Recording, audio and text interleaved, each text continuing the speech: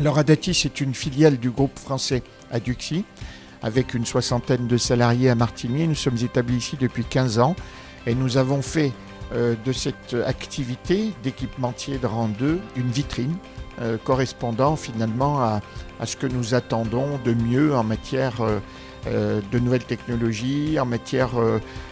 d'automatisation poussée, de robotique depuis toutes ces années.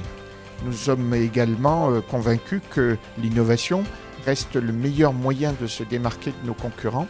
et d'assurer une relation stable et durable avec nos clients. Le contrôle qualité pour nous est une donnée fondamentale puisque ce sont des contrôles à 100% et nous souhaitons bien évidemment limiter les causes de rebut.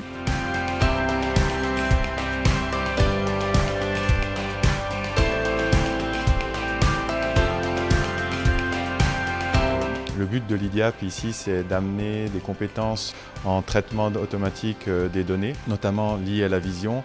de pouvoir juste proposer des algorithmes qui soient plus robustes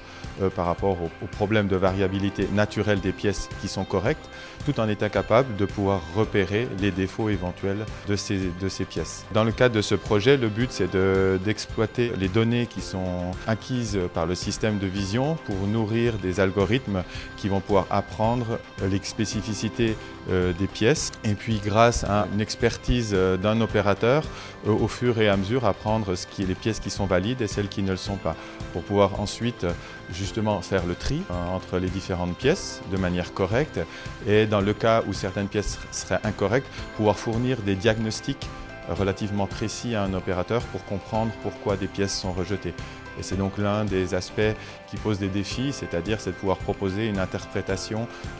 pour un opérateur des défauts éventuels d'une pièce.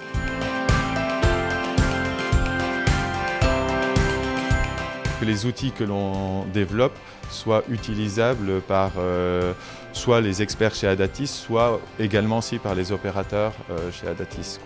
qui puissent avoir justement cette information du diagnostic. Mais les experts d'Adatis doivent pouvoir utiliser nos développements. Pour l'instant, on va travailler sur une ou deux pièces spécifiques pour qu'ensuite, s'il doit faire un contre-qualité sur une troisième ou une quatrième pièce ou une quatrième ligne de production, pouvoir utiliser nos outils sans que nous, on ait à intervenir. Et ça, c'est une des difficultés, c'est comment faire ce transfert de technologie d'une certaine manière. Le fait de travailler avec un organisme comme l'IDIAP et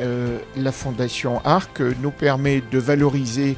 une innovation à caractère local et en même temps qui va profiter à tout notre groupe, parce que l'objectif qui nous permet de nous différencier par rapport à la globalisation